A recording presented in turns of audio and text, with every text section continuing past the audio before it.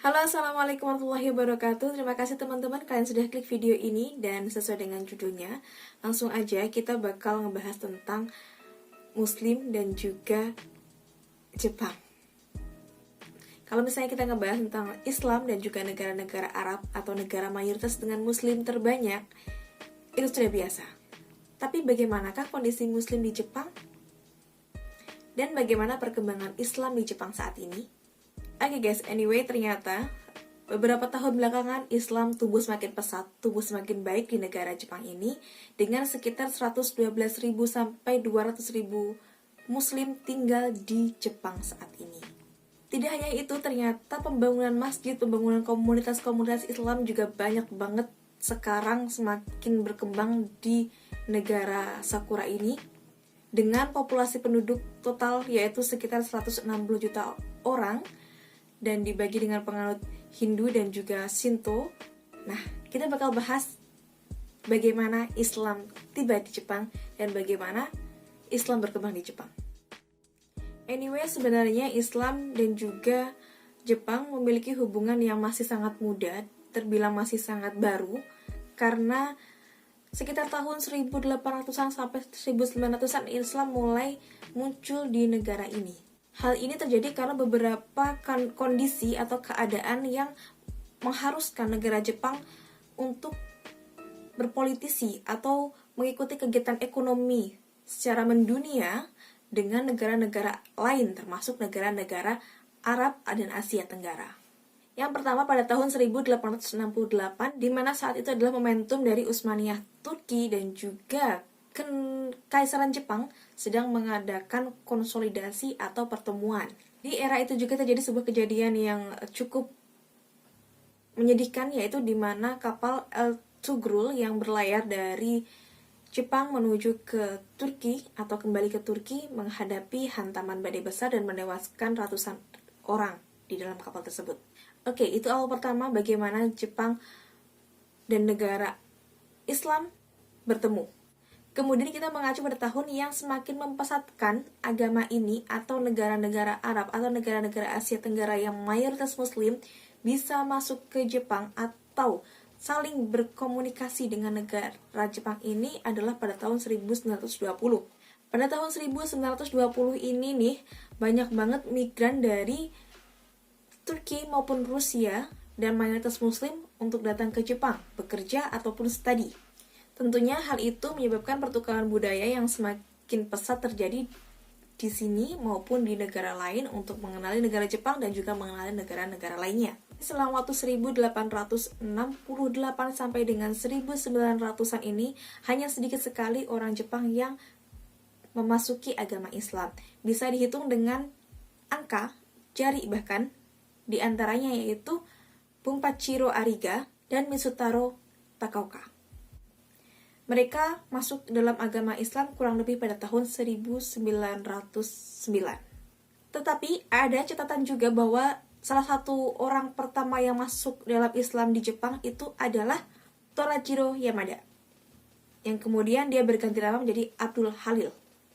Torajiro Yamada ini memasuki Islam setelah tragedi kapal Tugrul yang kandas di perairan Jepang.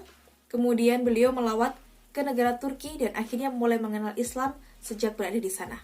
Oke, itu dulu pembahasan kita untuk hari ini yang terkait dengan bagaimana sih Jepang dan juga negara Islam atau Islam berkomunikasi di awal.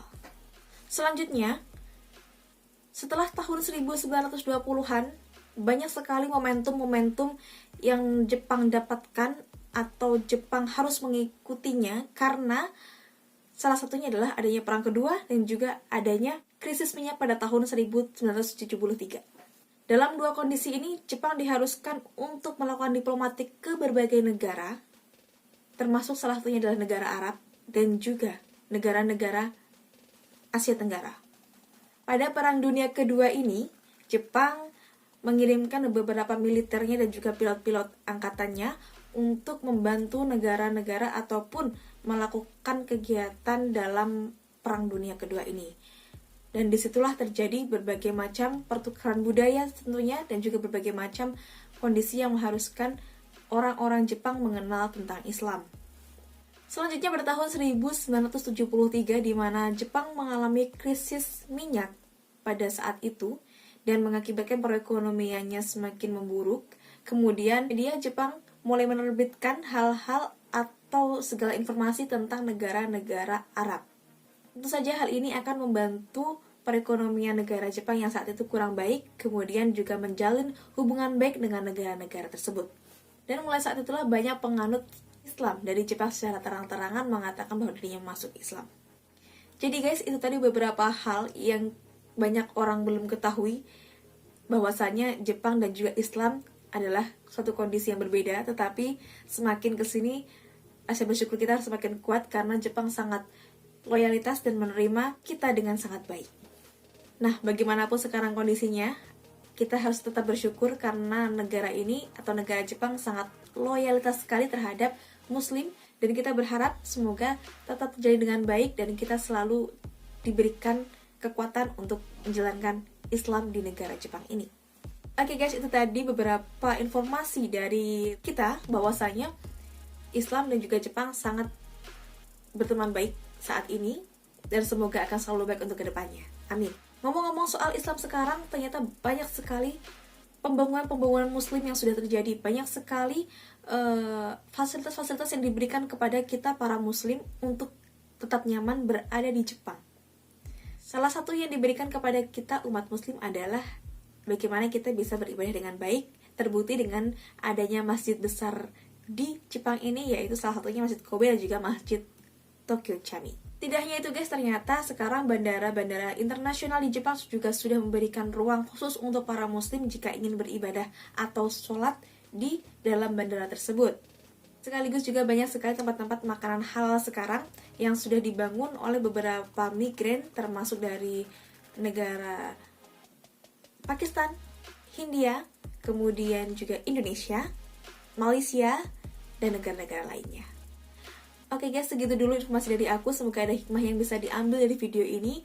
Dan jika ada kurang lebihnya, silahkan kalian komen di bawah tentang hal ini. Semoga bisa saling share kebaikan untuk sesama. Jangan lupa buat terus dukung channel ini dengan cara klik tombol subscribe di bawah, tekan tombol loncengnya, dan juga pastikan kalian sudah komen dan like video ini. Thank you. Sampai ketemu di video selanjutnya. Assalamualaikum warahmatullahi wabarakatuh.